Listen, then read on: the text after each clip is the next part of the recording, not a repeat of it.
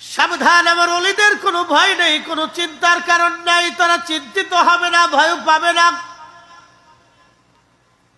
আয়াত নাজিল হয়ে গেল, নবীজি বলতেছেন কিয়ামতের ময়দানে ওই শ্রেণীর ব্যক্তিরা, নবীরা ডাক দেয়া বলবে, রাব্বি, এরা কারা? নূরের চেহারায়, নূরের মিম্বরে, আরশে মুআল্লার নিচে তারা বসে আছে। আল্লাহ ডাক দিবে, ও আমার নবীরা, এরা হলো সেই ব্যক্তি দুনিয়াতে যারা একজন আরেকজনকে আল্লাহর জন্য ভালোবাসছে। আমরা যারা অলি ভক্ত, আমরা অলিদেরকে ভালোবাসি আল্লাহর জন্যে। কি কথা কর না কেন?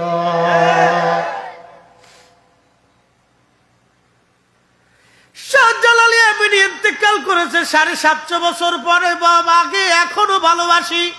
কি কথা কর না কেন? বদর শাহ আউলিয়া আসছিলেন কত বছর আগে? কত বছর জানা আছে? বদর শাহ আউলিয়া শত শত বছর আগে আসলেন এই জমিনে। ভালোবাসি ভালোবাসি, নাম শুনে ভালোবাসি। খাজা বাবা আজমিরি, আহা, প্রায় 900 বছর আগে নাম শুনে ভালোবাসি। কি কথা কর না কেন? আল্লাহ ডাক দিবেন, নবীরা রে, এরা সেই দল যারা দুনিয়াতে আমার নবীর আখিরি নবীর উম্মত। এরা একজন আরেকজনকে ভালোবাসছিল আমি আল্লাহর জন্যে। আল্লাহর অলি যারা, তাদেরকে ভালোবাসি অলি হওয়ার কারণে। দুনিয়ার সাম্রাজ্যের জন্য ভালোবাসি না, দুনিয়ার মন্ত্রী এমপির জন্য ভালোবাসি না। জবান খুলে বলেন, ভালোবাসি কার জন্যে? কিয়ামতের ময়দানে আমাদের চেহারা নূরানি হয়ে যাবে। মুসা আলাইহিস সালামের ইজ্জত গুলি দেখা পেরেশান। আল্লাহ, ওই উম্মত তুমি আমারে দিয়ে দাও। আল্লাহ ডাক দেখে, মুসারি, তা হবে না। কুনতুম খায়রা উম্মাতিন উখরিজাত লিন-নাসি তা'মুরুন। কোরআনে আমার রব বলতেছে, তোমরা সর্বশ্রেষ্ঠ উম্মাহ, সর্বশ্রেষ্ঠ জাতি। তোমাদের মতো জাতি পৃথিবীতে আমি বানাই না, আর কখনো হবে না। আচ্ছা, জবাব দিবেন, নবী সাহাবীদের মতো মর্যাদাওয়ালা আর কেউ দুনিয়াতে আসবে না? সারা পৃথিবী যদি আপনি তন্ন তন্ন করে খুঁজেন, আমার পেয়ারা নবীর একজন আদনা সাহাবীর মর্যাদাওয়ালা কাউরে পাবেন না। কি কথা বলেন, ঠিক কিনা? আচ্ছা বলেন তো, সাহাবীদের এই দাম হলো কারণ কি? আমার রসুলের সোহবতের কারণে সাহাবীদের এই দাম হয়ে গেল। শুধু রসুল দেখার জন্য, সোহবতের জন্য যদি এত দাম হয়, আমার দিকে তাকান। বোয়ালখালীর মুসলমান আমার নবীর সোহবতে থাকার জন্য, বসার জন্য, দেখার জন্য যদি সাহাবীদের সর্বোচ্চ মর্যাদার অধিকারী হয়, এই মর্যাদা হয়েছে তাদের আমার নবীর কারণে। যদি রসুলের কারণে সাহাবীদের এত দাম হয়, তাহলে বুঝেন তো আজকের মাহফিল মিলাদুন নবী, আমার নবীর সাথে সম্পর্ক হওয়ার কারণে এই মাহফিলের দাম তো বাড়লো। মাহফিলে যারা সাজাইলো তাদেরও দাম বেড়ে গেল, মাহফিলে যারা বসলো তাদেরও দাম বেড়ে গেল, শুধু নবীর কারণে। কথা বলেন ঠিক কিনা? ও সাতার বেদাতের ফতোয়ার গোষ্ঠী কি? ও ছাতা দেখার টাইম আমাদের নাই। এটা চিনছেন নি আপনারা? এটা কি আঙ্গুল কয়? এটা বিড়াইলো কবে? আইসে তো এক লগে, আঙ্গুল সাইডে ফার্স্টটা কয় লগে আইসে? এইটা বুড়াইল কে? যে বুড়া লাগছে তার অস্কার পুরস্কার দেওয়ার দরকার। এইটা বুড়া বানালো কেনা? দেখেন, আঙ্গুলের ভিতরেও দাম, আঙ্গুলেও দাম। এটা বুড়া, এটা শাহাদাত, একসাথে কর না মারহাবা। এটা দেখাইলে ঝগড়া বাড়ে, এটা উঁচা করে বক্তব্য দিলে জোশ বাড়ে। কারণ কি, এই আঙ্গুলের সাথে কালেমায় শাহাদাতের সম্পর্ক, আরে কালেমার সাথে সম্পর্কের জন্য এই আঙ্গুলের দাম যদি বেড়ে যায়, আমার রসুলের মিলাদের কারণে আজকের মাহফিলের দাম বেড়ে গেছে নবীর কারণে। কথা কোন ঠিক কিনা?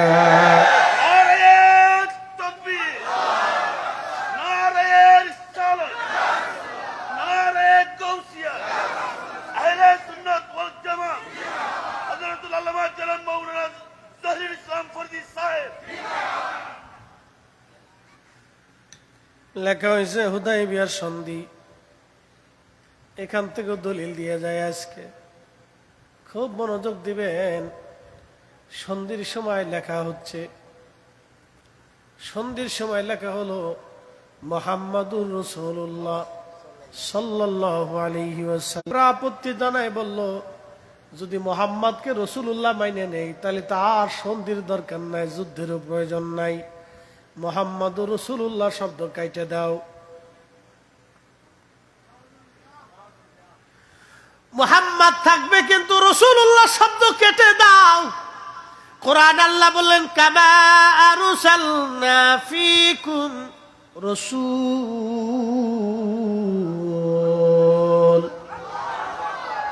আপনার রাসূল, কাফেররা কয় রাসূল শব্দ কেটে দাও। কোরআন আল্লাহ বলতেছে হাবিব আপনাকে রাসূল বানিয়ে পাঠিয়েছি। وَإِذْ أَخَذَ اللَّهُ مِيثَاقَ النَّبِيِّينَ لَمَا آتَيْتُكُم مِّن كِتَابٍ وَحِكْمَةٍ ثُمَّ جَاءَكُمْ رَسُولٌ।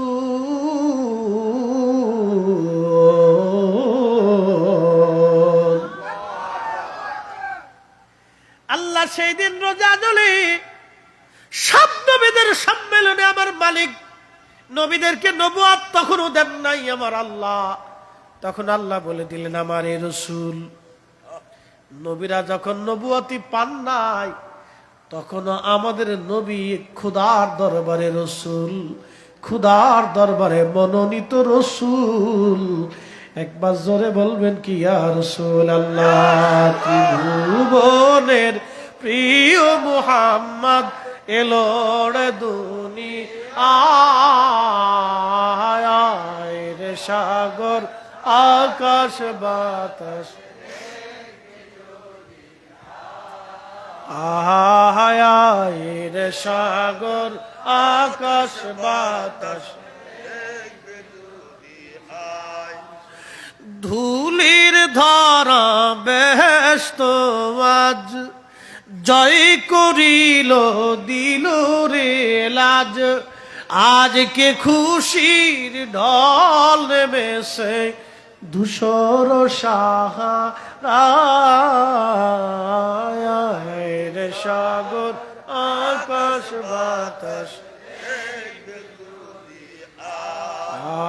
আয় রে, সাগর আকাশ বাতাস সালাতুন ইয়া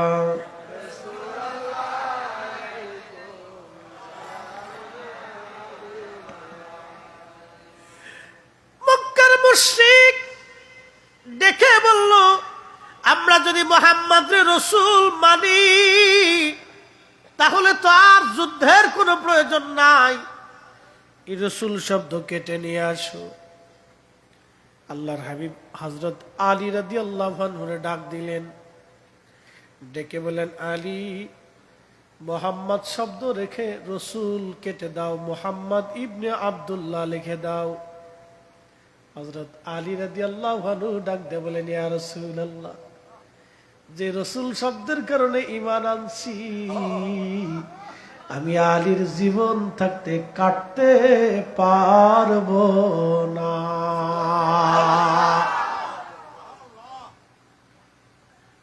ওরা আমরা রেখে আমরা বেদাতি, আল্লাহর নবী নিজে হুকুম করার পরেও হযরত আলী কাটলেন না। নবীজি বললেন আলী সহিহ বুখারীর হাদিস, আল্লাহর নবী বলেন, আলী, রাসূল শব্দ তুমি কেটে দাও। হযরত আলী বলতেছি, ইয়া রাসূলুল্লাহি, জীবন চলে যাবে, আমি আলী রাসূল শব্দ কাটতে পারবো না আপনার নামের পাশ থেকে। ইশকে রাসূল, আশিকে রাসূল, রাসূলের প্রেম কত কঠিন। আহা, নবী নিজে হুকুম দেওয়ার পরেও হযরত আলী কাটে না। বলেন তো, এই প্রেম ঐশিক খোদাই প্রদত্ত প্রেম, এই প্রেম সবার নসিবে জুটে না। কি কথা বলেন, ঠিক কিনা? ওরে প্রেম যদি শিখবি রে মন, প্রেম যদি করবি রে মন, সব সেরে চল মদিনায়, আমার প্রেমের রাসূল যেই দেশে ঘুমায়, আমার মায়ার নবী যেই দেশে ঘুমায়। দেখলে ছবি পাগল হবি, কাঁদবি বসে নিরালায়,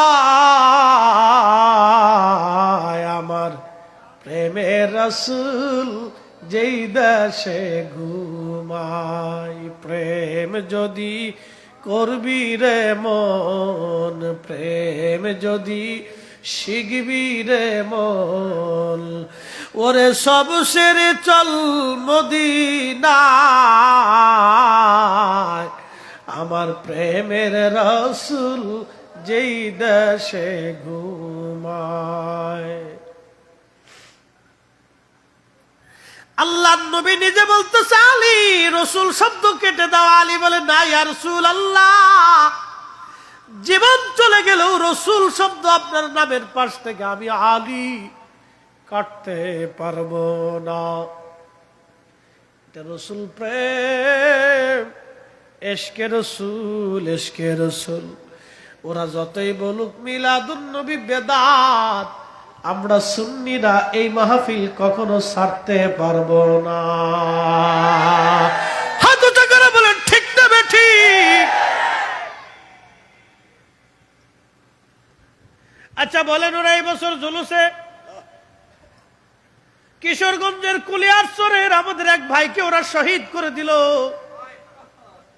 মিলাদুন নবীর মাহফিলে, জশ্নে জুলুসে, আনন্দ র্যালিতে কিশোরগঞ্জের কুলিয়ারচরে আমাদের ভাইকে ওরা শহীদ করলো। ওরা জানে না যে একজন না লক্ষ সুন্নিও যদি শহীদ হয়ে যায় তো এই জমিনে মিলাদুন নবী বন্ধ হবে না। হাত উঁচু করে বলেন, ঠিক না ঠিক? বন্ধু আমার, ওরা কয়টা জায়গা বন্ধ করবে? বাংলাদেশে, ভারতে, পাকিস্তানে, উজবেকিস্তানে, তুর্কমেনিস্তানে, চীনে, ইন্দোনেশিয়াতে, মালয়েশিয়াতে, থাইল্যান্ডে, বন্ধু ইরানে, ইরাকে, জর্দানে, সিরিয়াতে, ইয়ামানে, ফিলিস্তিনে, মরক্কোতে, আফ্রিকা, ইউরোপ, আমেরিকা, পৃথিবীর যেখানে মুসলমান আছে সেখানে আমার নবীর মিলাদুন নবীর মাহফিল চলে।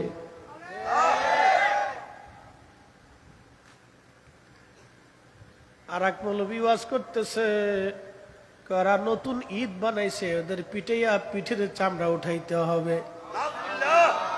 মৌলবীরে বলতেছি, মৌলবী, পিঠের চামড়া কয়জনের উঠাবা? আর একজনের পিঠের চামড়া উঠাইতে যাইয়া নিজের পিঠে সালা বাইন্দা আসা লাগবে। ভয় পাইতেছে? ফরিদপুরের বলা খুবই মনোযোগ দিয়ে শুনে যাবেন। বোয়ালখালীর মুসলমান, এটা শাহজালালের জমিন, শাহপুরানের জমিন, শাহ মাকদুমের জমিন, 12 আউলিয়া, 360 আউলিয়ার জমিন। ইসলাম কোন নদী দিয়ে ভেসে আসে নাই, ইসলাম আল্লাহর ওলিদের হাত ধরে জমিনে এসেছে। আউলিয়া কেরামের দেওয়া ইসলাম এ দেশেই চলবে। কথা বলেন ঠিক না বেঠে? খুব মনোযোগ দিয়ে কথা শুনবেন। হযরত আলী রাদিয়াল্লাহু আনহু ডাক দিয়ে বলতেছে, হুজুর নাম আমি কাটতে পারবো না। আল্লাহর হাবিব নিজে রসুল শব্দ নবী কেটে দিয়ে মোহাম্মদ ইবনে আব্দুল্লাহ নবী নিজে হাতে লিখে দিলেন। যারা বলে রসুল লিখতে পারে না, সহিহ বুখারীর হাদিস থেকে জানা গেল আল্লাহর নবী লিখতেও পারতেন, পড়তেও পারতেন।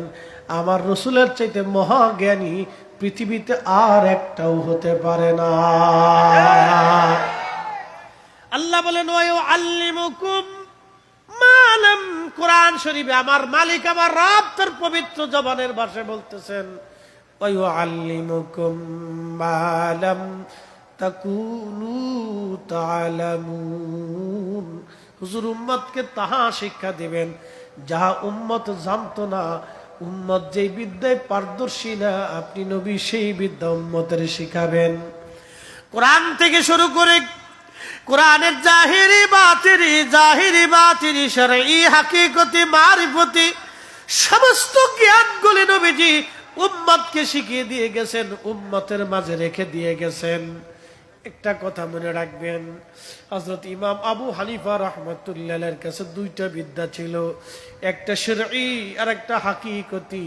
হযরতে হুজুর গাউসে পাকের কাছে দুইটা বিদ্যা ছিল, একটা শরঈ আর একটা হাকিকতি। আল্লাহর ওলিদের কাছে দুইটা বিদ্যা, শরীয়তের বিদ্যা, হাকিকতের বিদ্যা। শরীয়তের বিদ্যা, হাকিকতের বিদ্যা।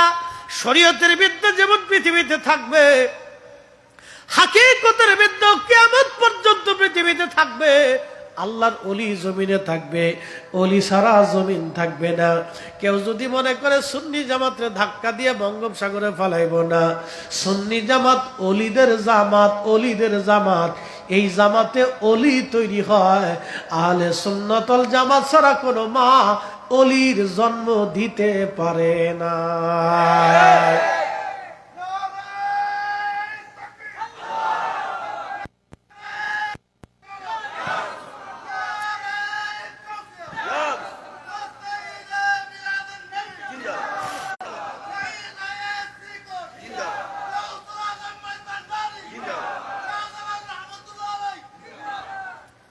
মাশাআল্লাহ, তো মাইক লাগে না দেখতেছি, বিরাট গলার গলা।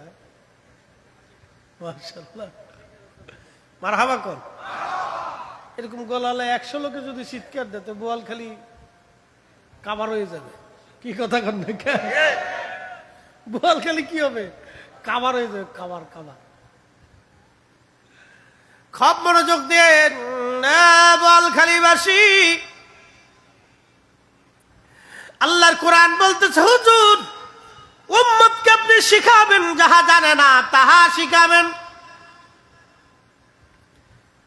আনার সাগরের পানি খাজা বাবা আজমেরি একটা লুটার ভিতরে এনেছিলেন। সুবহানাল্লাহ, কি আসতে নজরে। আনার সাগরের পানি একটা লুটার ভিতরে খাজা বাবা আজমেরি আনলেন। বলেন, এই বিদ্যা কি ঢাকা ইউনিভার্সিটিতে গেলে পাওয়া যাবে? Jagannath, Jahangirnagar, Oxford, Harvard, Medina university, Mecca university, মিশর আল আজহার বিশ্ববিদ্যালয়, পৃথিবীর কোন বিশ্ববিদ্যালয় গেলে এই বিদ্যা আপনি পাবেন না। এই বিদ্যার বিশ্ববিদ্যালয় কাদেরিয়া, চিশতিয়া, নকশবন্দিয়া, মুজাদ্দিদিয়া, এই বিদ্যাও থাকবে, তরিকাও থাকবে। যারা বলতেছে, চিন্তা করতেছে আহলে সুন্নাত ওয়াল জামাতের ধাক্কা নিয়ে বাংলাদেশ থেকে বের করে দিব, কলাটা শুনে রাখো। স্বপ্ন দেখবা, সকালবেলা উঠে দেখবা বিছনা পেশাবে নষ্ট হয়ে গেছে।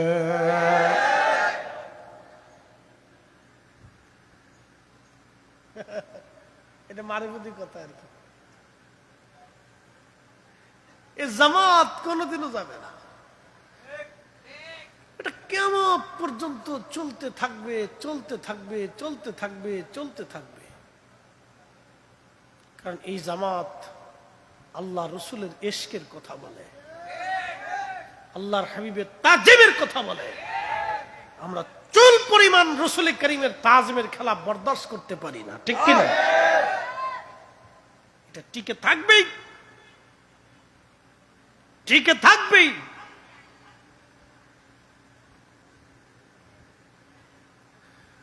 প্রিয় বোয়ালখালীর মুসলমান হাজিরিন, হযরত আলী রাদিয়াল্লাহু আনহু তো সেই ব্যক্তি, ইশকে রাসূল, আশিক রাসূল, তিনি সেই ব্যক্তি। আল্লাহু আকবার, আল্লাহু আকবার। 10 বছর বয়সে তিনি কালেমা পড়লেন। মক্কাতুল মুকাররমায় যখন নামাজ পড়ার কেউ ছিল না, আল্লাহর নবী ইমাম ছিলেন। আম্মাজান খাদিজা পাশে দাঁড়াইতেন। আম্মাজান খাদিজার পিছনে হযরত আলী আল্লাহর নবীর পাশে, 3 জন কাবাতে নামাজ পড়তেন। তিনি সে আলী, দুনিয়ার কোন হারামি, শারাবি, খারাবি, নাপাকি তার শরীরকে কারণে নবীজি তার আল্লাহর হাবিবের পছন্দের কন্যা সাইয়্যিদাতুন নিসাই আহলিল জান্নাহ ফাতেমার সঙ্গে হযরত আলীর বিয়ে দিয়েছেন বংশধারাকে বিস্তার করার জন্য। একবার আওয়াজ তুলে বলবেন কে মারহাবা।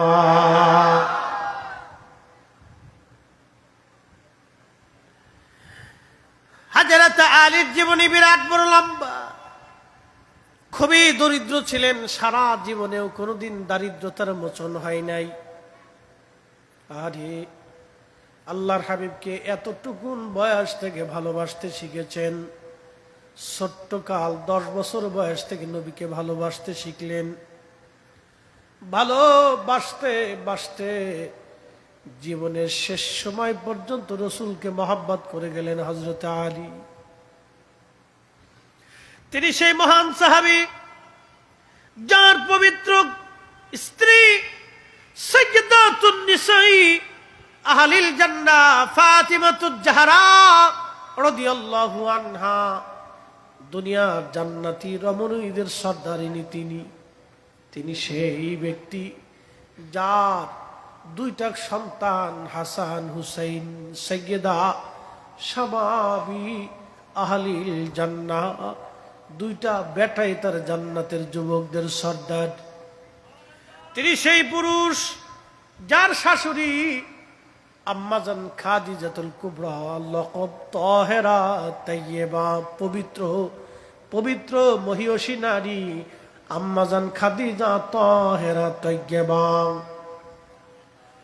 তিনি তো সেই পুরুষ যার শ্বশুর সৃষ্টির ফাউন্ডেশন, আল্লাহর প্যারা মেহবুব, আসমানের নিচে জমিনের উপরে ভূখণ্ড, ভূমণ্ডলের নবমণ্ডল, 7 আসমানের 7 জমিনে সৃষ্টির সূচনা থেকে শেষ পর্যন্ত আমার আল্লাহ এই নবী ছাড়া কাউকে হাবিব বানান নাই, কাউকে আর হাবিব বানাবেন না।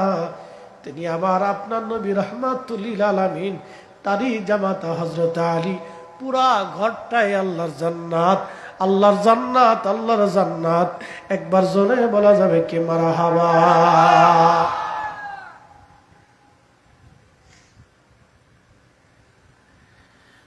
হযরত আলীর মর্যাদা অনেক, মর্তবা আল্লাহ দিয়েছেন অনেক অনেক, তার ফজিলত। হযরত আলী তিনি যেমন একজন সাহাবী ছিলেন, খুবই ভদ্র কিন্তু বীর যোদ্ধা।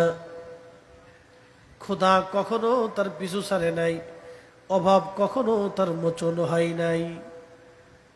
বিয়ে যখন হবে ফাতেমার সঙ্গে হযরত আলীর, নবীজি জিজ্ঞেস করলেন, আলী বিয়ে তো করবা, সম্পদ তোমার কি আছে? বলি, ইয়া রাসূলুল্লাহি, আমি বিবাহ করব, সম্পদ বলতে মাত্র আমার একটা ঢাল আছে, একটা তলোয়ার আছে, একটা ঢাল আর একটা তলোয়ার, আর গায়ের মধ্যে লাগানো লোহার বর্মটা আমার আছে, এছাড়া আর কোন সম্পদ হযরত আলীর নাই। আল্লাহর হাবিব বলেন, আলী তুমি লোহার বর্মটা, গায়ের বর্মটা তুমি বিক্রি করে দাও, কারণ ঢাল আর তলোয়ার তো যুদ্ধের জন্য লাগবে, যে কোনো সময় যুদ্ধ বেঁধে যেতে পারে, জিহাদের জন্য প্রস্তুত থাকতে হবে। আলী শুধু লোহার বর্মটা তুমি বিক্রি করে দাও। লোহার বর্ম বিক্রি করতে গেলেন, মাত্র 3 দিরহাম দাম আসে, মাত্র 3 টাকা দাম আসে। 3 টাকা দিয়ে বিবাহ কেমনে করবে হযরত আলী? চিন্তায় পড়ে গেলেন, এই সামান্য অর্থ দিয়ে বিবাহ আমরা কেমনে করব? আর আমার দেশের বিয়ের অবস্থা তো ভয়াবহ। চট্টগ্রামের কথা জানি না, আমাদের ঢাকার শহরের বিয়া আর আমার ফরিদপুরের বিয়া বিরাট বড় মারাত্মক। একজনের বউ আর একজন নিয়ে কাদা চোরাচুরি করে। ভাবি আড্ডাবর বিয়া আর বিয়ান এই কথা বললে লজ্জা করবে, আমার সমাজ নিকৃষ্ট পর্যায়ে চলে গেছে। কুত্তা পর্যন্ত দেখলে চিন্তা করে, তোরা মানুষ হইলি কা, আমরা কুত্তা হই এই ভালো কাজ করছি। সর্বনিকৃষ্ট বেহায়াপনা বিবাহের অনুষ্ঠানে হয়। সর্বনিকৃষ্ট বিবাহের অনুষ্ঠানে বেহায়াপনা হয়। সর্বনিকৃষ্ট আল্লাহ রাসূল বললেন, আলী 3 দিরহাম মাত্র দাম হয়। হযরত উসমান গনি ডাক দিয়ে বলেন, আলী তোমার বর্মটা কত দিরহাম দাম হয়েছে? বলে মাত্র 3 টাকা। হযরত উসমান গনি অনেক ধনী ছিলেন, ডাক দিয়ে বলেন, আলী রে কত দিলে তুমি খুশি? বলে আপনি যত দেন। দিয়ে দিলেন। একবার জোরে বলবেন কি মারহাবা। বর্মটা দিয়ে চলে আসতেছে, ডাক দিয়ে বলতেছে, আলী দাঁড়াও, আমি বর্মটা তোমার কাছ থেকে কিনেছি, আবার এই বর্মটা তোমাকে আমি হাদিয়া দিয়ে দিলাম। সাহাবীদের মধ্যে এইরকম সম্পর্ক ছিল। আর আমার দেশের শিয়া যারা আছে, ওই যে আপনার দেখবেন কি বলে, আপনার ওই যে তাজিয়া করে, ঘোড়া বানায়, পুতুল বানাইয়া বিরাট বড় করে দা কোরাল নিয়া ছুরি দিয়া পিঠ কাটার দৌড়ায়, হাই হোসেন হাই হোসেন। ওরা বলে উসমান হযরত আলীর সাথে খেয়ানত করছে, হযরত ওমর আর আবু বকর দুইজন আলীর সাথে খেয়ানত করেছে। খলিফা হওয়ার কথা হযরত আলী, খলিফা হয়েছে এরা 3 জন, এরা আলীর সাথে গাদ্দারি করছে। সাহাবীদেরকে যারা অসম্মান করে কথা বলে, তারা অরিজিনাল ভণ্ডের ঘরের ভণ্ড, তারা অরিজিনাল দুশ্মনের রাসূল। কথা বলেন ঠিক কিনা? শিয়া থেকে সাবধান থাকবেন, খুব ভয়াবহ আকীদা, মারাত্মক আকীদা। এদের কথা শুনলে আপনার শরীর শিহরে উঠবে যে বলেটা কি। চিন্তা করছেন উসমান আলী রাদিয়াল্লাহু তাআলা নূর ভিতর সম্পর্ক কেমন ছিল? বলতে উসমান রাদিয়াল্লাহু আনহু বলতেছে, আলী রে দিয়ে দিলাম, যাও নিয়ে যাও। কি মহব্বতের সম্পর্ক ছিল! তার খেয়ানত করতে পারে, গাদ্দারি করতে পারে।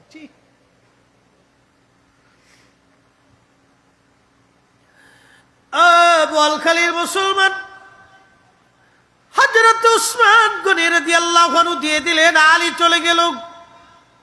প্রিয় নবীজির সামনে উপস্থাপন করলেন, ইয়া রাসূলুল্লাহ 280 দিরহাম আমি বিক্রি করেছি। দেখেন কার সাথে মেয়ের বিবাহ দিচ্ছে। আমার দেশের পোলাপান হলে কিছু পকেটের মধ্যে রেখে দিত। এই কথা বললে 280 দিরহাম সামনে দিয়েছে হুজুর, 280 দিরহাম বিক্রি করছি। নবীজি বললেন, আলী রে এই টাকা দিয়ে সুগন্ধি বিবাহের সামানা কিনো, এই টাকা দেনমোহর ফাতেমার জন্য নির্ধারিত রাখো, আর এই টাকাটা তোমাদের সংসারের জন্য রেখে দাও। কি সুন্দর জীবন ছিল! যদিও আমাদের মতো কোটি কোটি টাকা না, ছোট্ট জীবন, ছোট্ট সংসার, ছোট্ট অর্থনীতি, কিন্তু বিরাট বড় আমানতওয়ালা জিন্দিগি। আল্লাহর নবীর সাহাবী হযরত আলী রাদিয়াল্লাহু আনহু, ওনার বয়স প্রায় 25 বছর, আর হযরত ফাতেমা রাদিয়াল্লাহু আনহার বয়স তখন 18 বছর। ফাতেমার বয়স 18, বিয়ে হবে, দিন তারিখ নির্দিষ্ট। হযরত আলীর ঘরের মধ্যে কোনো খাট নাই, একটা ছোট্ট চৌকি কিনা হলো, বিছানা নাই, খেজুর পাতার মাদুর বিছানো হলো, বালিশ নাই রে, ফাতেমার জন্য বালিশ, খেজুর গাছের ছাল চামড়ার ভিতরে ঢুকাইয়া সেদিন বালিশ বানানো হলো। যেই নারী জান্নাতের সর্দারিনী, তার ফাতেমা, তার বিয়ে হয় আজকে সহজ সরল ভাবে। আর আমার দেশের ফাতেমা, তার বিয়ে হয় আজকে বিরাট আলিশানি। বেটা দরবেশের ফুলা ওই যে কি বিবাহ বার্ষিকী পালন করছে 350 কোটি টাকা খরচা করিয়া।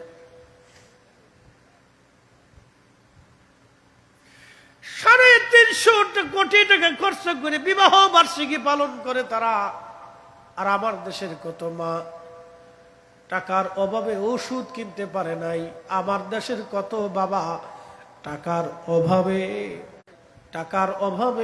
আমার দেশের কত মা কত বাবা টাকার অভাবে ভালো খাবার কিনতে পারে না।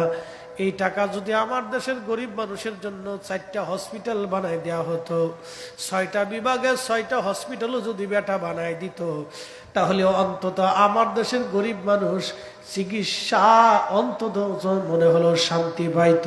কথা কর না কেন, ঠিক কিনা? এই কাজে রাজি না, এই কাজে রাজি না। এরা নির্বাচন করিয়া 100 কোটি টাকা খরচা করবে, চুরি করবে 1000 কোটি টাকা, 900 কোটি টাকায় লাভ। কথা কর না কেন, বুঝছেন? এই জন্য নির্বাচনের লেগে পাগল হয়ে যায় সবাই, উচিত কথার ভাব নাই। আমি তো নির্বাচনের লেগে পাগল না। যদি আমার বাপ ডাকেন তাও তো আমার নির্বাচনে দাঁড়াইতে করে পারবেন না। কিন্তু এই সমস্ত কাজে আমি নাই। এর ভিতরে ঢুকলেই আকড়া ফাকড়া চাকড়া, এটা দেখলে শেষে হুজুরের চিন্তা আসবে, হ্যাঁ মাইরে দেই। আর যদি একবার মাইরেই দেই, হাই হাই হাই, 18 কোটি মানুষের মামলা কিয়ামতের মাঠে। হুজুর টিয়া দেন, ফরিদি হুজুর টেকা দেন। কত কোটি মানুষ? 18 কোটি মানুষ আমার পিছিয়ে দৌড়াবে, টেকা দেন। মামলা হবে কিয়ামতের মাঠে। যত আরাম তত বেড়া, কঠিন জায়গা।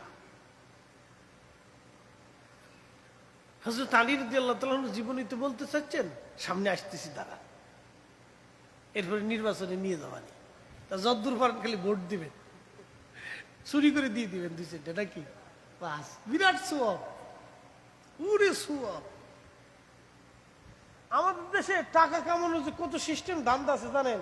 এখন আমাদের দেশে যে ইউটিউবালারা, এই যে হ্যাগারু কিছু ইউটিউবালারা বউয়ের ভিডিও করে, বউয়ের ভিডিও কি বলক, এটার কি কয়?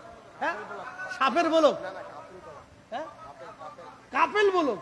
লা হাওলা ওয়ালা কুওয়াতা ইল্লা বিল্লাহ।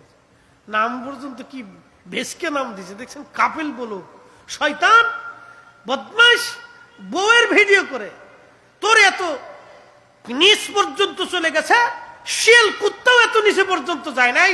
যেই পুরুষ তার বউয়ের দেহ দেখাইয়া ব্যবসা করে টাকা রুজি করে, ওর বাড়ি খাওয়া আর কুত্তার গোশত খাওয়া সমান কথা। কথা কন না, ঠিক কিনা?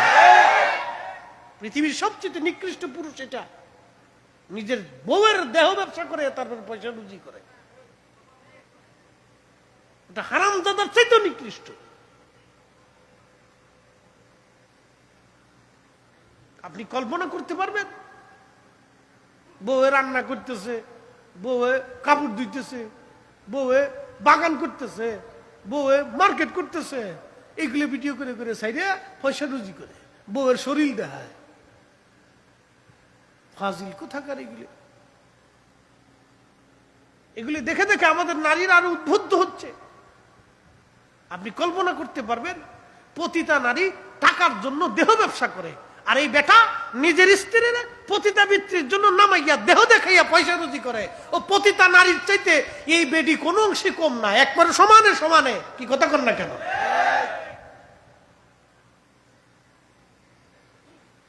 এই চলতেছে আমাদের সমাজে। আপনাদেরকে আজকে বুঝাই দিলাম, একজন স্বামী যখন তার স্ত্রীর দেহ দেখাইয়া পয়সা রুজি করে, এর চাইতে নিকৃষ্ট স্বামী পৃথিবীতে কে হতে পারে? বেটা পুরুষ, ওর চাইতে তুই ভিক্ষা করে খা।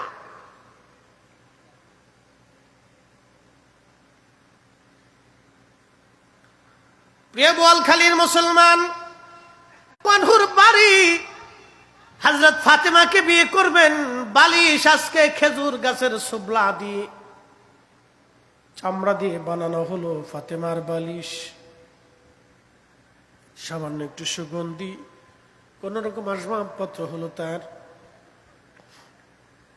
আল্লাহর নবী কিছু দিলেন, কোন রকম হলো সংসার।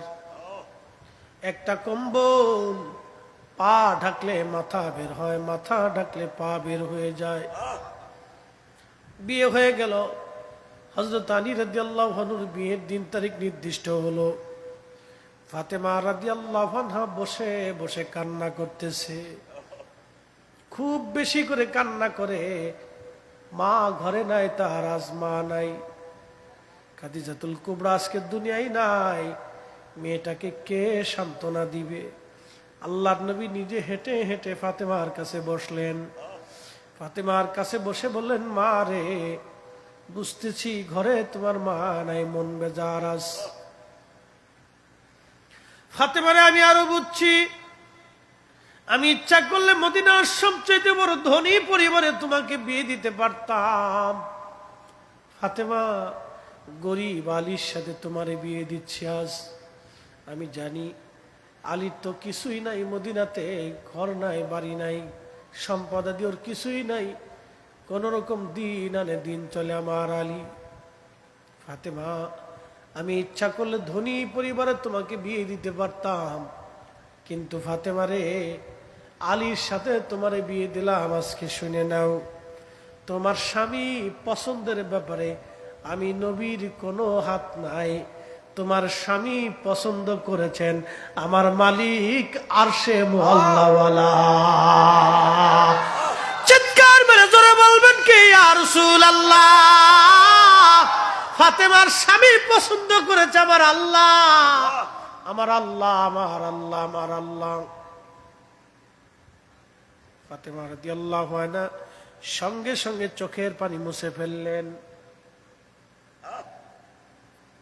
সাথে সাথে চোখের পানি মুছে ফেললেন। আর কান্না নাই। আব্বাজান, আমার মালিক আমার আল্লাহ, আমার স্বামী পছন্দ করেছে, এর চাইতে পরম সৌভাগ্য আমার জীবনে আর কি হতে পারে?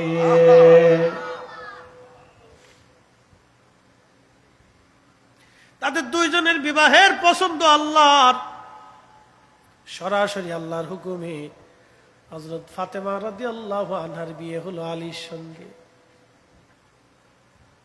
সেই দিনের বিবাহ, আজকের বিবাহ, বিয়ে হয়ে যাচ্ছে নরমাল ভাবে।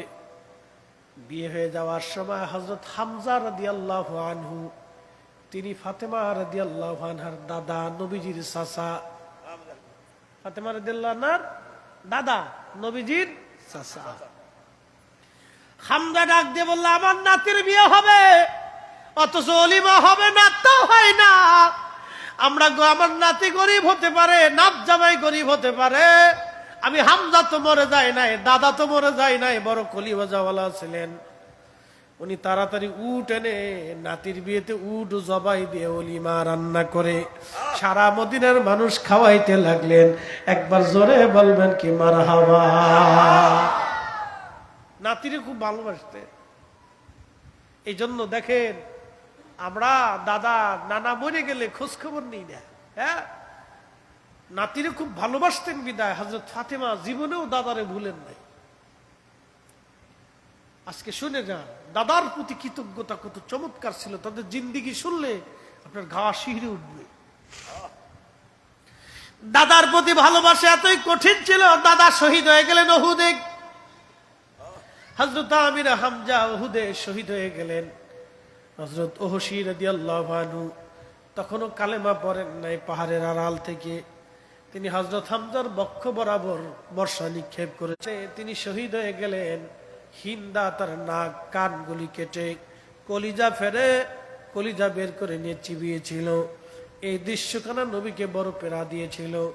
আল্লাহর নবী লাশের পাশে বসে উহুদে কেঁদেছিলেন আর বলেছিলেন, আমার চাচা সাইয়্যিদুশ শুহাদা, সমস্ত শহীদদের সর্দার বলে আমি ঘোষণা দিয়ে দিলাম।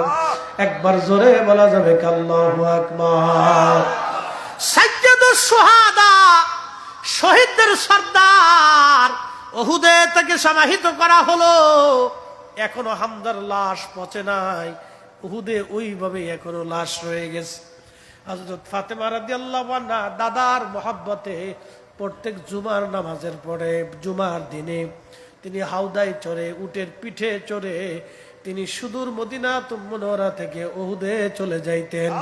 দাদার মাজারের পাশে দাঁড়ায় দাঁড়ায় দাদা হামজা রাদিয়াল্লাহু আনহুর জন্য দোয়া করতেন, জিয়ারত করতেন। একবার জোরে বলা যাবে কি মারহাবা। আমাদের দেশের নাতি দাদার কথা ভুলে গেছে, মনে নাই, তো কবরের পাশে যায় না, বাপের কবরের পাশে যায় না তো দাদা। আর অনেকে কয় ভূতে ধরবে, ভূতে কি এর ভূতে ধরবে? ভূত আপনি ধরে নিয়ে আসবেন, কি কথা কন না কেন? হ্যাঁ, ভূত দেখে ডরান, ধরে নিয়ে আসবেন ভূত।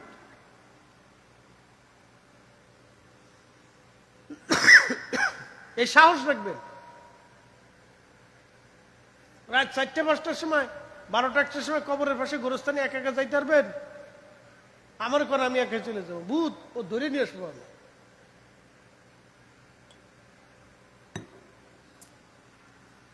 ভূত ধরে নিয়ে আসবেন। ভূত আপনি ভূত দেখে বলাবেন কেন? ধরে নিয়ে আসবেন। ভূত আয় বেটা, তোর আজকে ভাইছি, বহুদিন ধরে তোর খুঁজতেছিলাম, আজকে বাটাম চালান দেবো। কে বলা ভাই পারবি না? ভূত আজকে তোর বাটাম চালানো।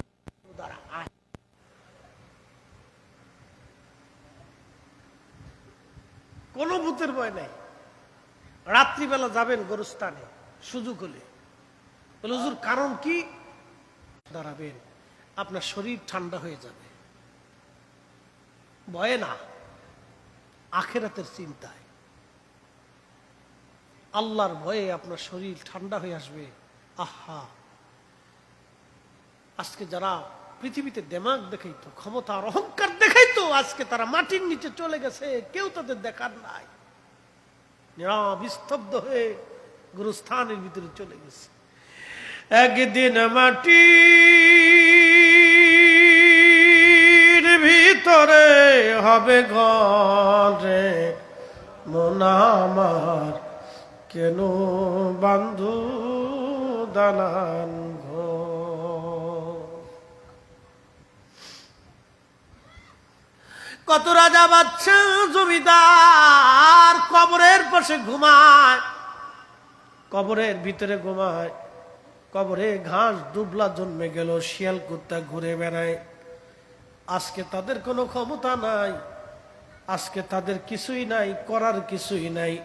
এই জন্য ক্ষমতা পাওয়ার পরে যারা অপব্যবহার করে তারা অনেক বড় ভুল করে।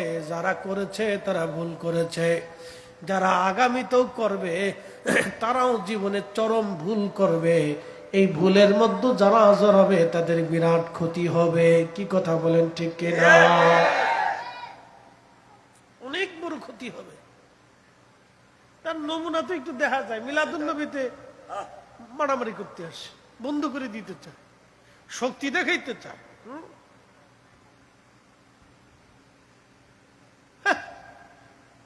একটু পাওয়ার বসিয়েতে ভাবলই ফেলছে একবার।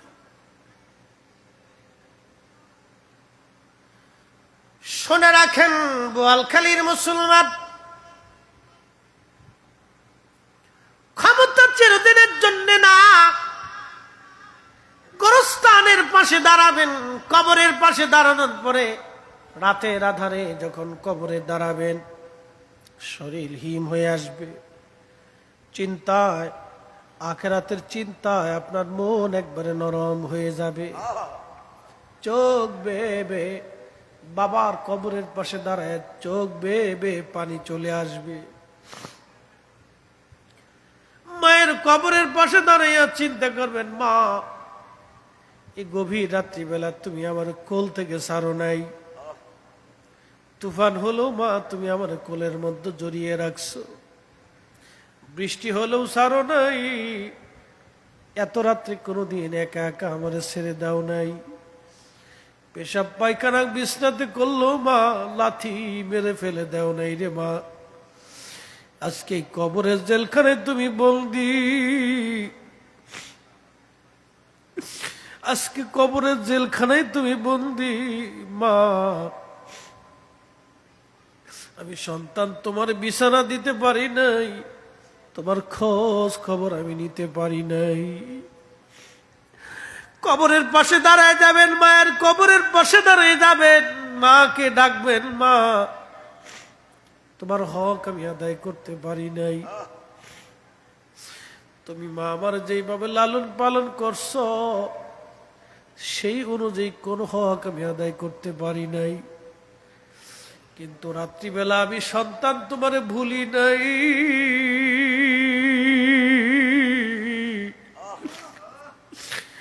আমি সন্তান তোমারে ভুলি নাই মা। আজকে রাত্রিবেলা তোমার কবরের পাশে দাঁড়াই গেছি, সূরা ফাতিহা পড়েছি, ইখলাস পড়েছি, সূরা নাস পড়েছি, ইয়াসিন পড়েছি, দুরূদ পড়েছি। মা,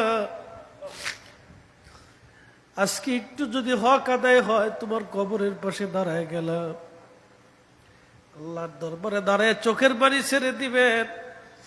আল্লাহর নবী বলতেছেন, সন্তান রে, বাবা মার কবরের পাশে দাঁড়ায় যখন তুমি আল্লাহর দরবারে হাত তুলে চোখের পানি ছাড়বা,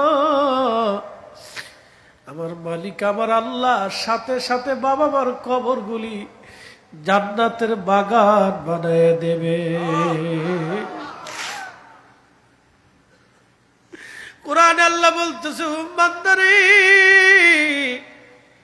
তুমি বেশি বেশি করে এইভাবে দোয়া করো, রব্বির হামহুমা কামা রব্বায়ানি সগীর।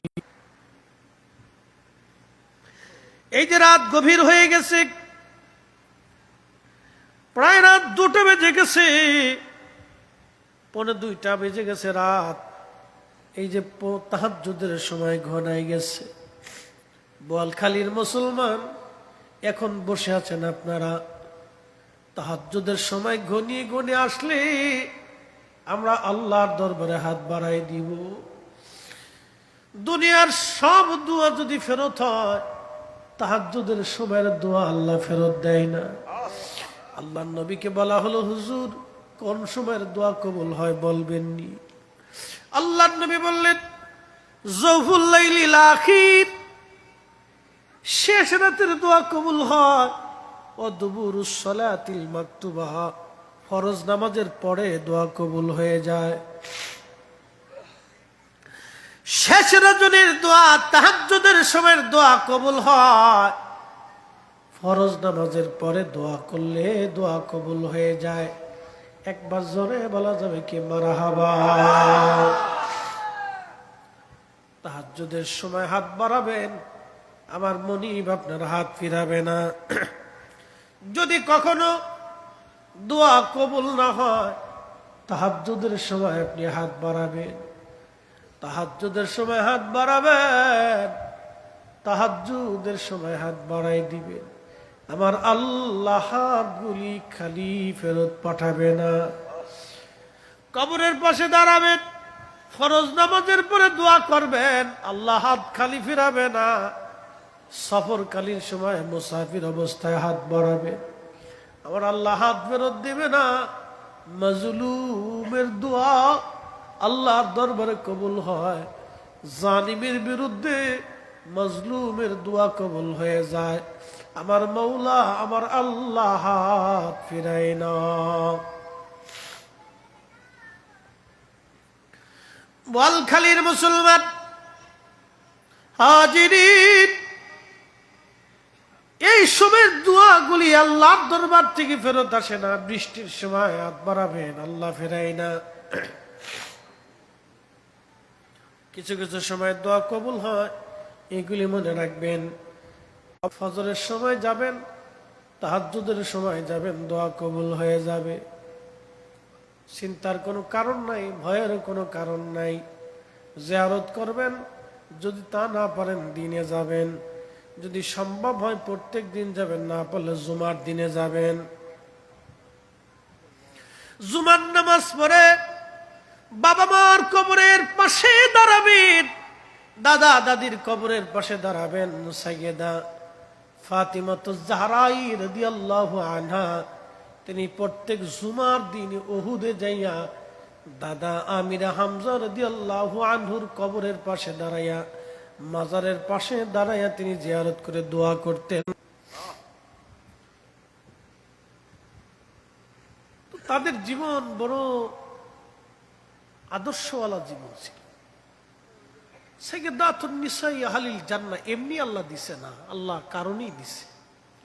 তাদের জীবন বড় চমৎকার ছিল, বড় আকর্ষণীয় ছিল। মুহতারাম, আল্লাহ রাব্বুল আলামিন এই তাদের আদর্শকে যে নারীরা ফলো করবে, সেই নারীরা তাদের সাথে হাসরের ময়দানে একত্রিত হবে। সুবহানাল্লাহ। সে নারীরা একত্রিত হবে। তো প্রিয় উপস্থিতি, এই যে তাদের জিন্দেগি জীবন বড় চমৎকার, খেয়ে না খেয়ে জীবনের বহু দিন কাটাইছে। ফাতেমা রাদিয়াল্লাহু আনহা, আলী রাদিয়াল্লাহু আনহু, হাসান হুসাইন, আল্লাহর হাবিবের জিন্দেগি বড় কষ্টের ছিল। আম্মা জান আয়েশা সিদ্দিকা রাদিয়াল্লাহু আনহা নবীর ইন্তেকালের পরে খাবার সামনে আসলে উনি বসে বসে কাঁদতেন। সাহাবা ইকরাম বলতেন, আম্মা জান কাঁদেন কেন? আম্মা জান আয়েশা বলতেন, তোমরা এখন বাইতুল মাল থেকে আমাদের জন্য বেতন ভাতা নির্ধারণ করে দিছো। আমার জীবনে রসুলের সোহবতে নবীর ঘরে এমনও দিন গেছে, মাসে একটা দিনও নবীর বাড়ি চুলায় আগুন জ্বলত না। না খেয়ে, খেজুর খেয়ে না খেয়ে কত রাত দিন আমাদের পার হয়ে গেছে। খেয়ে না খেয়ে আমাদের জীবনের বহু অংশ পার হয়ে গেছে। ক্ষুধায় আমাদের দিন চলে গেছে। আম্মা জান আয়েশা কাঁদতেন। এইভাবে রসুল করিমের জীবন পার হয়েছে। 1 মাস পর্যন্ত বাড়িতে চুলায় আগুন জ্বলত না, খাবার থাকতো না। কি ভাবলেন আপনি? কোন স্ত্রী কি থাকবে? কোন স্ত্রী থাকবে না। কিন্তু একজন আম্মা যেন ক্ষুধা না খেয়ে 2 দিন 3 দিন পার করছে। একজন আম্মা যেন রসুল থেকে কোনোদিন জুদা হয় নাই। একসাথে বলবেন আল্লাহু আকবার।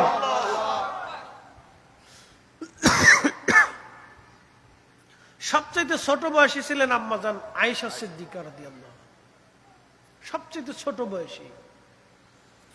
আল্লাহর হাবিবের বয়স অনেক ছিল, শরীয়তের বয়স অনেক ছিল।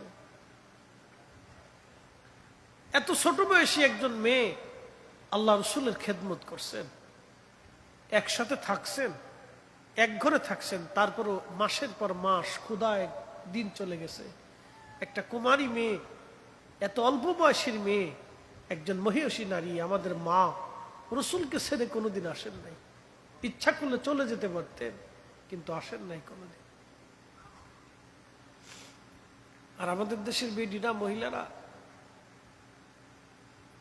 স্বামীর সামান্য ডাইন বাম হলেই তালাক নিতে চায়, তালাক দিতে চায়, পাগল পারা হয়ে যায়। ছি ছি ছি ছি। সামান্য একটু ডান বাম হলেই তালাক। আবার বিয়ের আগে কন্ট্যাক্ট করে। বিয়ের আগে কন্ট্যাক্ট হয়। কি কন্ট্যাক্ট জানেননি? আমারে নিলে বিয়ে করলে আলাদা সংসার করতে হবে, বাসা ভাড়া নিয়ে থাকতে হবে, অমুক জমুক তমুক টমুক। ওরে শয়তান কোথাকার! এই বেডি বিয়ে করার চাইতে সারা জীবন বৈরাগী থাকা ভালো। এই মহিলা বিয়ে করার চাইতে সারা জীবন কি বৈরাগী থাকা ভালো। এই বউ কপালে গেলে তার কপালে শনি ছাড়া কিচ্ছু নাই। মেয়েরা এগুলি শিখতেছে, যত দিন যায় তত এগুলি কন্ট্যাক্ট করে দেয়। যদি হয় তাহলে আসেন, নালি চলে যান। তো আপনি তাকে গেট আউট করে দেবেন যে দূর হয়ে যান, এরকম শয়তান আমার দরকার নাই। এই জন্য শাদী দেখে করতে হবে। আল্লাহ রসুল ইচ্ছা করলে কিন্তু অনেক ধনী পরিবারে ফাতেমাকে বিয়ে দিতে পারতেন, কিন্তু দেন নাই। কারণ আলীর কাছে দিছে, আদর্শমান একটা ছেলের কাছে দিছে। একসাথে বলবেন না মারহাবা। গান জুটি, ফান জুটি, হিরোইন এগুলো দিয়ে দিয়েন না। আমরা দেশের মানুষ তো অনেক তো পয়সালা দেখে বিয়ে দিতে চায়। ছেলে ভালো ব্যবসা আছে, কিন্তু দেখে না যে গাঁজা খায় না বাবা খায়। এটা যদি একবার গান জুটি আর বাবার খাওয়ার একবার পড়ে যায় তো মেয়ের জীবন শেষ। ও সারা জীবনে ঘান টানতে টানতে ওর জিন্দিগিটা বরবাদ করে দিবে। মনে রাখবেন, বিয়ে থা দিতে হলে আদর্শবান একটা ছেলে দেখে দিবেন, গরিব হোক অসুবিধা নেই। বেশি দিন মোহর ধরিয়ে না। আপনাকে চট্টগ্রামে তো 15 লাখ না 20 লাখ, কত? হ্যাঁ, 12 লাখের উপরে। লা হাওলা ওয়ালা কুওয়াতা ইল্লা বিল্লাহ, আস্তাগফিরুল্লাহল আযীম। এগুলি এক প্রকারের নীরব জুলুম, নীরব জুলুম, এগুলো অন্যায়, ঠিক না? আল্লাহ রাসূল বলছেন তোমরা বিবাহকে সহজ করে দাও, সহজ করে দাও, বিয়েকে সহজ করে দাও। অল্প টাকার দেনমোহর। আমার দেনমোহর কত জানেন? 1,50,000 টাকা। বিশ্বাস করবেন? ফরিদি সাহেব বিয়ে করছে, দেনমোহর 1,50,000। আমার চাচা শ্বশুর এসে বলতেছে বাবাজি 5 লাখ করে দিই। আমি বললাম কোনো দরকার নাই, আমার যা সামর্থ্য আছে এটাই লেখেন। যদি ভাগ্য ভালো হয় আপনার মেয়ে আরো বহুত কিছু পেতে পারে। তো ভদ্র মানুষ, তো ভদ্র ফ্যামিলি, রাজি হয়ে গেছে। মাশাআল্লাহ। তো পাইতে পাইতে পাইতে পাইতে কোটি টাকা সম্পদ পেয়ে গেছে। মারহাবা বলবেন না? আমি দিয়ে দিছি একবারে, যাও নিশ্চিন্তে ঘুমাও, কোনো চিন্তা নেই, কোনো টেনশন নেই। আর লিখছি দিলে আগ ডেকে ঘুমাই, অসুবিধা নেই, দিয়ে দিছি, যাও। শোনেন, বিবাহকে সহজ করতে হয়, সহজ করলে সব সহজ। জটিল করবেন না, কঠিন করবেন না, কি ছেলে পক্ষ কি মেয়ে পক্ষ। এই যে দেখেন আপনাদের চট্টগ্রামে না কোথায় রেওয়াজ আছে, প্রত্যেক রমজানে নাকি ঈদে খাসি না ছাগল না পাগল কি দিতে হয়। এগুলি করবেন না, এগুলি বাতিল করে দেন, নিজ মন থেকে উঠিয়ে দেন। যারা মেয়ে আনছেন তারা অন্তর থেকে উঠিয়ে দিবেন না। মেয়ের বাপের এই সমস্ত বিষয়ে প্রেসার দিব না। খুশি মানে কিছু দিলে দিবে, না দিলে না দিবে, এগুলি উঠিয়ে দেন, কোনো প্রয়োজন নেই। এগুলি এক ধরনের নীরব জুলুম। বেচারা ঈদের সময় সামর্থ্য নাও থাকতে পারে, অর্থনীতি ভালো নাও থাকতে পারে, তাকে চাপ দিতে হবে কেন? খুশি মনে যদি তার মেয়েকে কিছু দিয়ে যায় আলহামদুলিল্লাহ। কই আমরা তো বিয়ে করেছি, জীবনে কোনোদিন শ্বশুর বাড়িতে কি আসলো না আসলো এগুলো মাথার ভিতরে কোনো ঢুকেই নেই, চিন্তাও করিনি কোনদিন।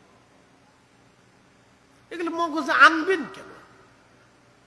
সবসময় চিন্তা করতে হবে যে আল্লাহ আপনাকে আমাদেরকে যা দিছেন এর উপর আলহামদুলিল্লাহ। কি কথা কন না, ঠিক কিনা?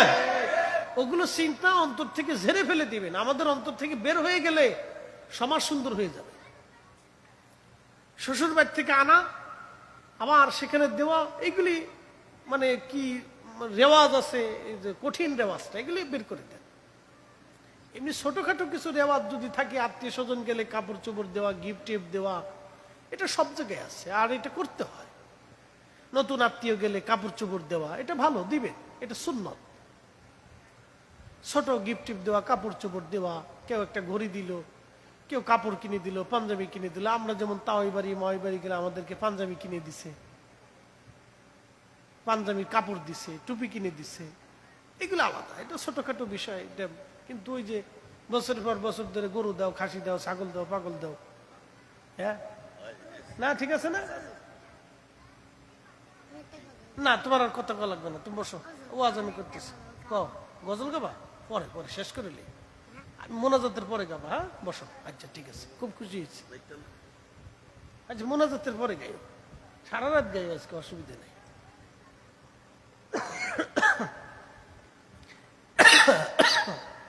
এই সমস্ত রেওয়াজগুলি আমরা উঠে দিই, যে আল্লাহ রসুলের জীবনী আপনাদেরকে শোনাইলাম। কত সহজ বিবাহ ছিল। একসাথে জোরে বলবেন না মারহাবা? আর একটা বিয়ের কথা শোনাই, শোনাবো? আর একটা বিয়ের কথা শোনাবো? হ্যাঁ শোনাই। শেষ রাত কত বাজে? বেশি না, কেবল 2টা বাজে। দূর, আরো কিছুক্ষণ চলুক ইনশাল্লাহ। একসাথে বলেন তো আল্লাহু আকবার। একজন সাহাবী ছিলেন, তার নাম জুলাইবি। নাম কি? জুলাইবি। বাইটিয়া বাইটিয়া, বেঠে বেঠে, বামন। কিছু মানুষ আছে না বামন, ছোট মানুষ, ওর সাথে কেউ মেয়ে বিয়ে দিতে চায় না, আত্মীয়তা করতে চায় না। জুলাইবি একে তো বামন, দ্বিতীয়ত কালো, তৃতীয়ত বাবা মার কোনো পরিচয় ছিল না, মানে সে ছোটকালে হারাই গেছে, ওই বামন টামন দিকে আর কেউ নেয় নাই, খোঁজ খবরও নেয় নাই। তো ঘুরতে ঘুরতে ঘুরতে ঘুরতে আল্লাহ রসুলের দরবারে এসে পড়ছে, নবীর দরবারে ধীরে ধীরে বড় হতে লাগলো। একসাথে বলবেন না মারহাবা। পৃথিবীর শ্রেষ্ঠ আশ্রয় ছিল রসুলের দরবার। আল্লাহর নবী গরিব, অসহায়, মিসকিন, অভাবী, এতিম নবী নিজে পালন করতেন। এই জন্য আল্লাহ রসুল বলতেন, তোমরা যদি এতিম পালো তাহলে জান্নাতের মধ্যে আমি আর তুমি এইভাবে থাকবো। একসাথে বলবেন না মারহাবা। এইভাবে থাকবো, এতিম এতিম এতিম, দুস্থ, গরিব আল্লাহ রসুল পালতেন। এজন্য পৃথিবীতে যত সুফিদের দরবার দেখবেন, যত অলির দরবার দেখবেন, এই অলির দরবারে কিছু এতিম, দুস্থ, গরিব, অসহায় এরা যায় ভিড় করে। একসাথে বললেন আল্লাহু আকবার। সব অলির দরবারে দুস্থ, অভাবী, এতিম, গরিব, হ্যাঁ, এরা যায় ভিড় করে, মাজুর এরা যায় ভিড় করে। কারণ ওই যে আল্লাহর রসুল ওই দুস্থ, এতিম, মাজুর, গরিব এগুলো পালতেন, তাদেরকে আহলে সুফা বলা হইতো। একসাথে বলবেন না মারহাবা। আর অলিরাও এই আদর্শকে কিয়ামত পর্যন্ত ধরে রাখবে। তাদের কাছে, তাদের বারগাহে, তাদের দরবারে এই পাগল, এই অভাবী, মিসকিন, মাজুর এরা যায় ভিড় করে।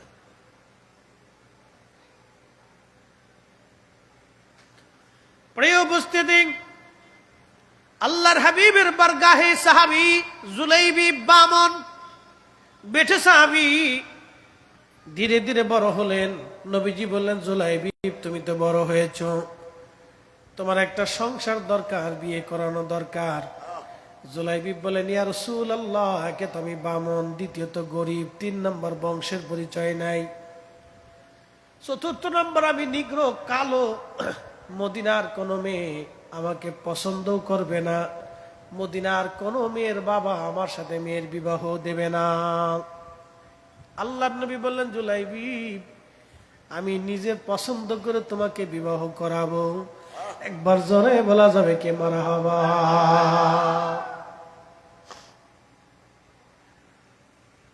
তো জুলাইবির চিন্তা, আল্লাহ রসুল যদি আমার বিয়ে করা হয় তাতে ভালোই, করলে করাইতে পারে, আমার তো কেউ পছন্দ করে না। তো উনি হাল ছেড়ে দিছে যে আমার কেউ পছন্দ করতো না, আমি গরিব মানুষ, বাড়ি ঘর নাই, জমি জমা নাই, বংশের পরিচয় নাই, আমার কোথায় বাবা মা কেউ জানে না, আমি নিজেও জানি না। তা আমার মতো একটা ভবঘুরে ছেলের সাথে কে মেয়ে দিই? কথা তো সত্য, কেউ দিতে চাবে না, আপনিও দিতে চাবেন না, এটা না হতেই পারে না।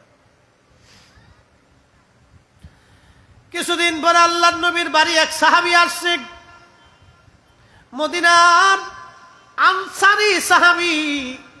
যদি কোনোদিন মদিনাতে যান তাহলে অরিজিনাল মাদানি, ডুপ্লিকেট মাদানি না। আমাদের দেশে বহু ডুপ্লিকেট মাদানি আছে, মদিনা ভার্সিটিতে পড়া নামের পিছনে লেখছে মাদানি, এরা জাল মাদানি, জাল মাদানি, জাল মাদানি। কি কথা কর না কেন?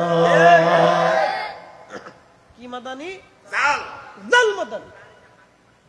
মদিনাতে বলছে লাগাই দিছে মাদানি। উরে বাপ রে বাপ।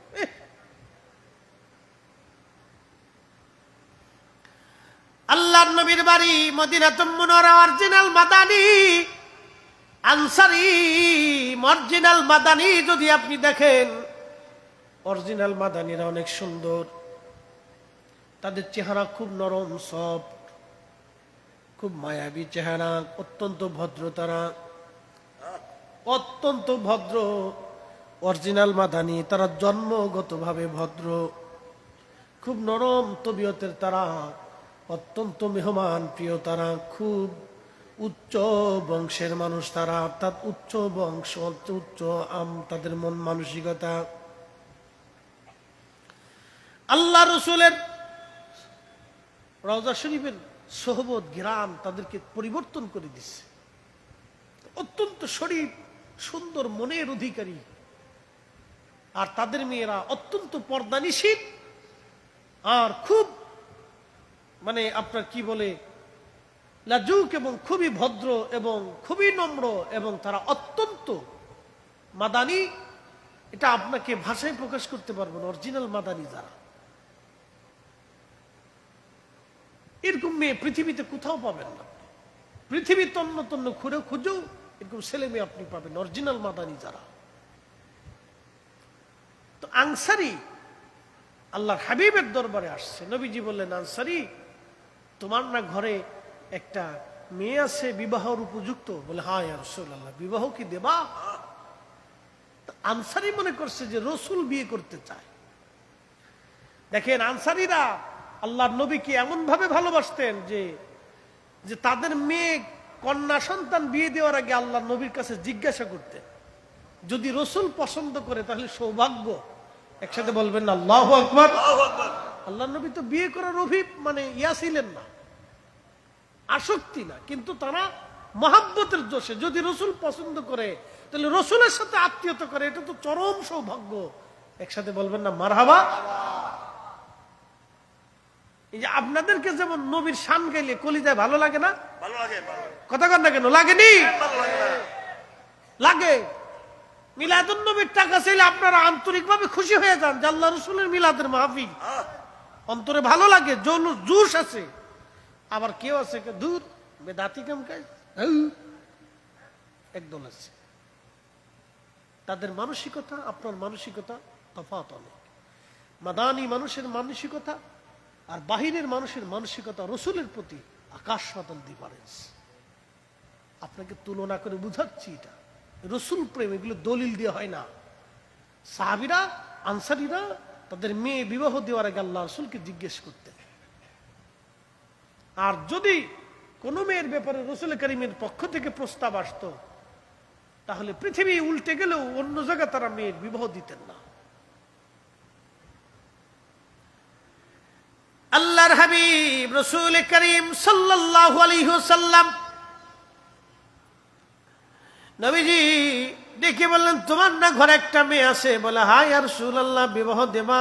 সাহাবী খুশি, হুজুর আপনি যদি বিয়ে করেন আমার সৌভাগ্য, আমি নবীর সাথে আত্মীয়তা হবে আমার।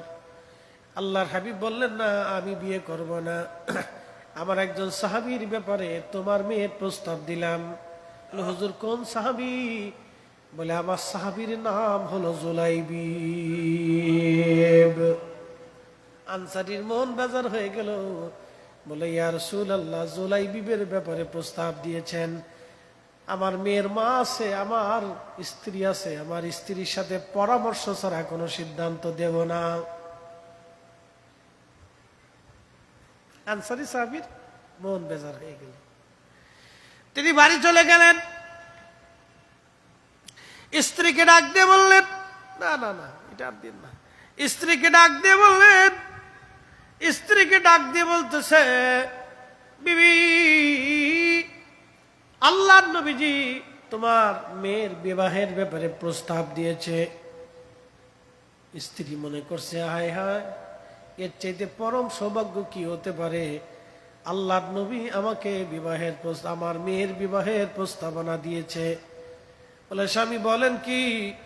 এর চাইতে পরম সৌভাগ্য আমার জীবনে কি আসতে পারে? স্বামী ডাক দিয়ে বলতেছে, বিবি নবী বিয়ে করবে না, সাহাবী জুলাইবিবের ব্যাপারে তোমার মেয়ের প্রস্তাব আসছে।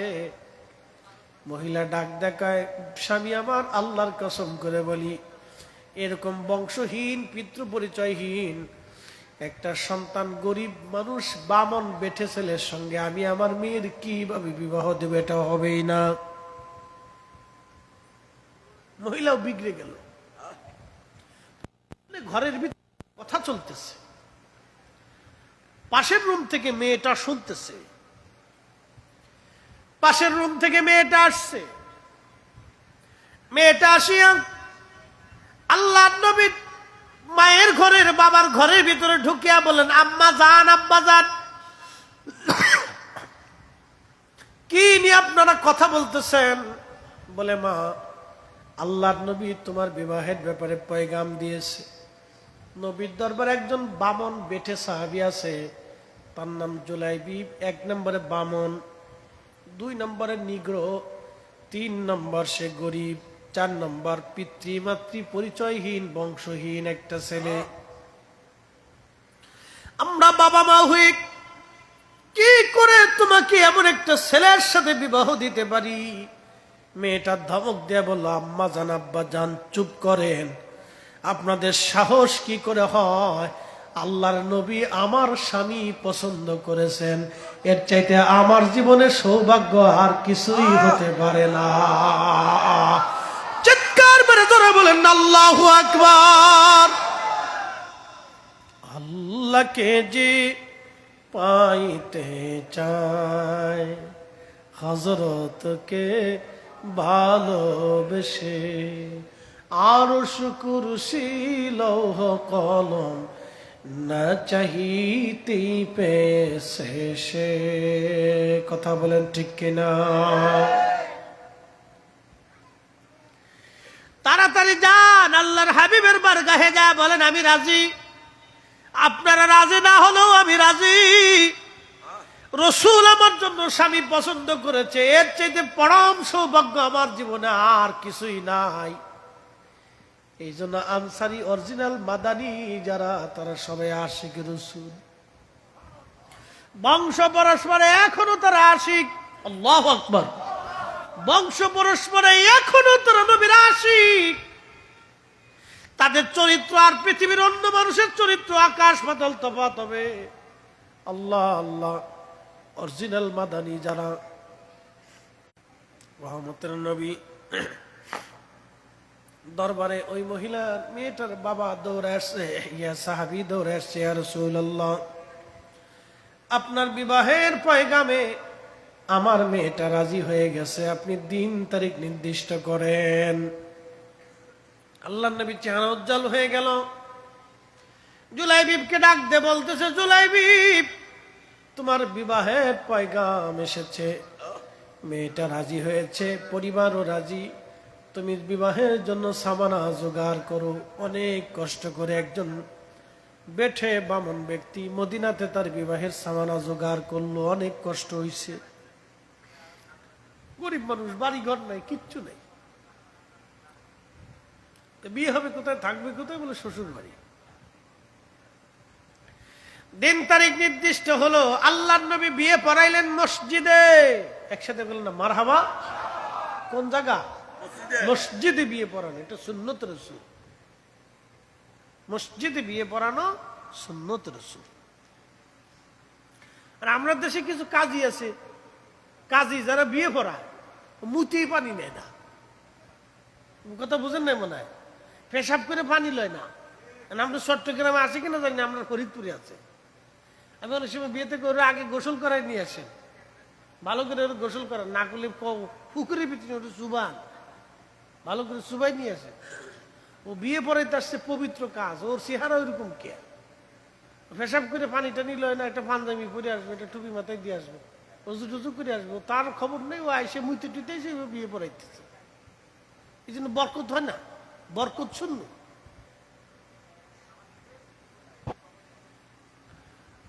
মুসলমান খুব মনোযোগ দিয়েন। বিয়ে পড়ানো হচ্ছে মসজিদে। বিয়ে হয়ে গেল, নবীজি ডাক দিলেন, জিহাদের ময়দানে যারা যাবা তারা আসো। আল্লাহু আকবার। জিহাদের ময়দানে যারা যাবা তারা আসো। জুলাইবিব মদিনার একজন সুন্দরী মেয়ে বিয়ে করলো। মাদানীরা অরিজিনাল মাদানী এমনিতে সুন্দর, তারা পরমা সুন্দরী হয়। আল্লাহ তাদের শারীরিক ভাবে, জন্মগত ভাবে আল্লাহ তাদেরকে সুন্দর করে বানায়। মাদানী মেয়ে সুন্দরী রমণী স্ত্রী পর পরে জুলাইবিব চিন্তা করলো, আমার নবী জিহাদের ময়দানে চলে যাবে আর আমি শ্বশুর বাড়ি থাকবো, তা হয় না। আমি আমার রসুলের সঙ্গে জিহাদের ময়দানে রওনা হয়ে যাব। একসাথে বলবেন আল্লাহু আকবার।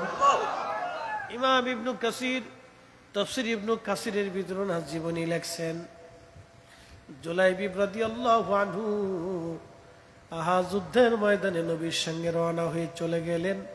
একটা নজর স্ত্রীর দিকেও তিনি তাকানোর নাই, বিবির ঘরে যান নাই, বাসা ঘর করেন নাই, এইভাবে রওনা হয়ে গেলেন। একটাই চিন্তা, রসুল নাই, যেই নবীর জন্য সংসার পাইলাম, জিন্দেগি পাইলাম, ওই নবী জিহাদের ময়দানে থাকবে আর আমি জুলাইবিব শ্বশুর বাড়ি আরাম আয়েশ করে কাটাবো, তা হয় না। এরা সাহাবী সাহাবী সাহাবী। এই জন্য আল্লাহ রসুল বলতেন, আল্লাহ আল্লাহ ফিয়া সাহাবী, আল্লাহ আল্লাহ ফিয়া সাহাবী। আমার সাহাবীদের ব্যাপারে আল্লাহকে ভয় করো। লা তাত্তাখিদুহুম গরাদাম মিন বাদি, আমার ইন্তেকালের পরে আমার সাহাবীদের সমালোচনা করবে না, আমার সাহাবীদেরকে গালিগালাজ করবে না, আমার সাহাবীদের ত্রুটি বিচ্যুতি উত্থাপন করে তাদের ভুল ত্রুটি ধরতে যাবে না। একবার জোরে বলবেন কি মারহাবা।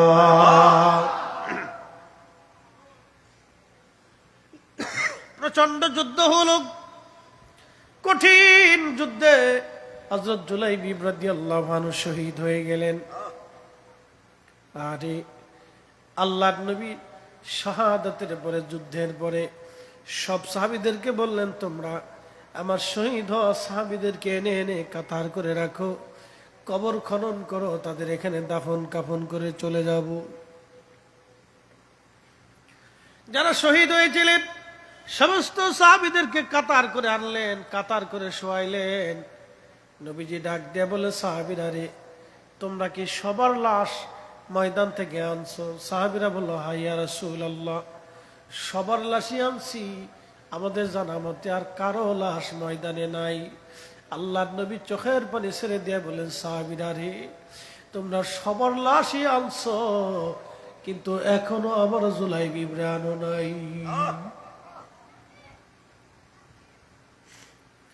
তন্ন তন্ন করে খুঁজে দেখো আমার জুলাইবিব কোথায়, আমার জুলাইবিব আমার জুলাইবিবের লাশ কোন জায়গায় আছে বলো। সাহাবীরা তন্ন তন্ন করে ময়দান তালাশ করতেছে, দেখতেছে ময়দানের এক কোনায় 7টা লাশ পড়ে আছে। এই 7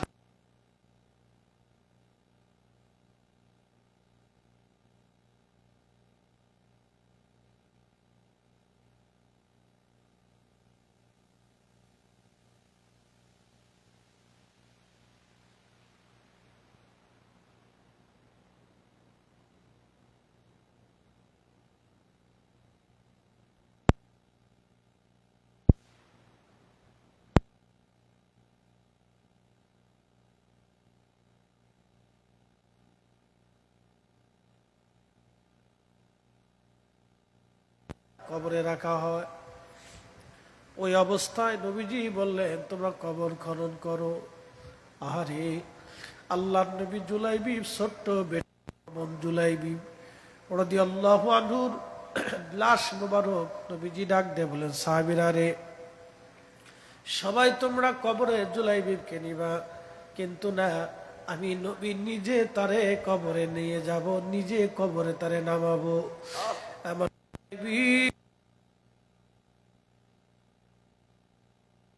ছিলাম, কিন্তু আমার জুলাইবিব সংসার করে নাই। আমি রাসূলের মায়ায় আমার সঙ্গে জিহাদের ময়দানে আজকেও শহীদ। আজকে আমার জুলাইবিব শহীদ, আমার জুলাইবিবের লাশ আমি নবী নিজে কাঁধে করে নিব, আমি নবী নিজে তারে কবরে নামাবো। আল্লাহর নবী নিজে কাঁধে করে লাশ নিয়ে গেলেন। উম্মতের লাশ নবীর কাঁধে, সাহাবীরা কাঁদতে লাগতেছে। নবীজি নিজে কাঁধে করে হযরত জুলাইবিবের লাশ নিয়ে কবরের মধ্যে নবী নিজে নামাইলেন, নিজে রেখে দিয়ে বিদায় জানায় চলে আসলেন। একবার আওয়াজ তুলে বলা যাবে কি মারহাবা। হে সবজ গম্বদ ওয়ালে मंजूर दुआ करो, जब वक्त नजर आए आका दीदार आता करना, दीदार आता करना। मैं कब्र अंधेरी में घबराऊंगा, इमदाद मेरी करने आ जाना रसूल अल्लाह। इमदाद मेरी करने आज़ान रसूल अल्लाह रोशन मेरी तुर्बत को लिल्लाह जरा करना जब वक्त नजर आए आका दीदार अता करना।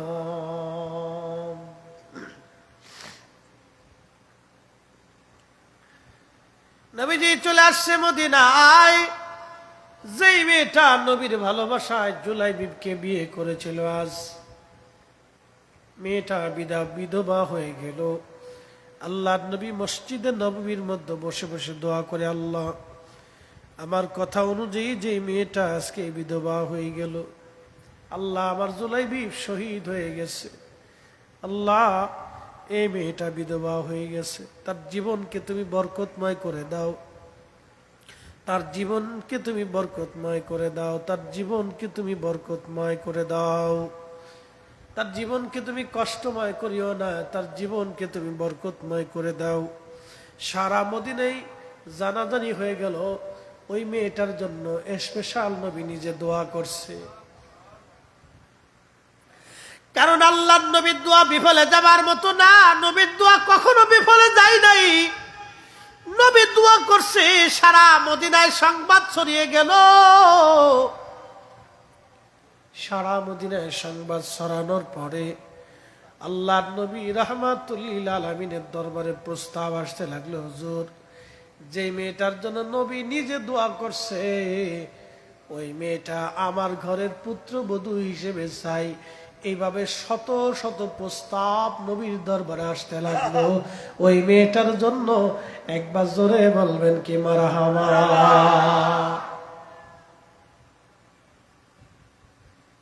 যেখানে মেয়েদের বিয়ে হতে চায় না সেখানে নবীজির দরবারে শত শত প্রস্তাব আসতেছে, হুজুর আপনি তার জন্য দোয়া করছেন এই মেয়েটা আমাদের পুত্রবধূ চাই।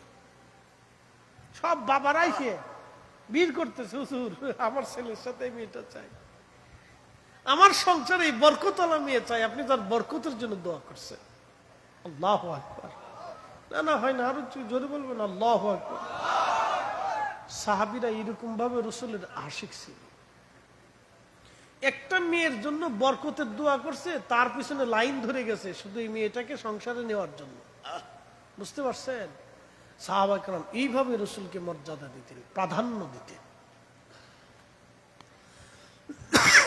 এগুলি থেকে আমাদের অনেক কিছু বোঝার আছে, শিখার আছে। আমরা আল্লাহর হাবিবের প্রত্যেক বিষয়গুলিকে প্রাধান্য দিব, মহব্বত রাখবো। আগামী কিছুদিন পর একটা মাহফিল আছে এই আপনাদের এখানে, 1 অক্টোবর বাইতুন নূর জামে মসজিদ প্রাঙ্গণ, পূর্ব কালুরঘাট, চর খিদিরপুর।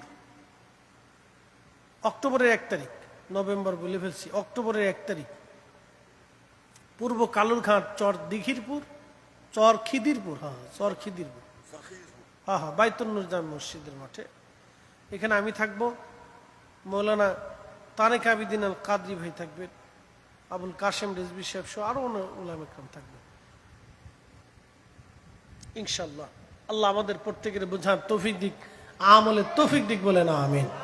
আসেন নবীজিকে দাঁড়ায় সালাম জানাই, ইয়া নবী সালাম আলাইকা।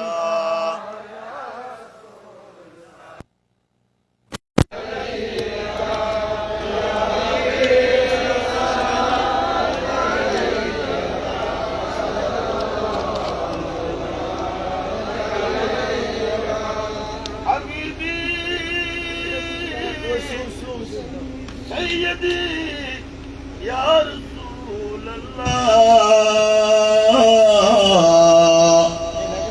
وسلم عليك يا حبيب الله 63 বৎসর নবী কাটাইলেন, কত যে কষ্ট নবী পাইলেন, কানিতেন উম্মতের মায়ায়, এখনো কাঁদেন মদিনায়। ইয়া নবী সালাম আলাইকা, ইয়া রাসূল সালাম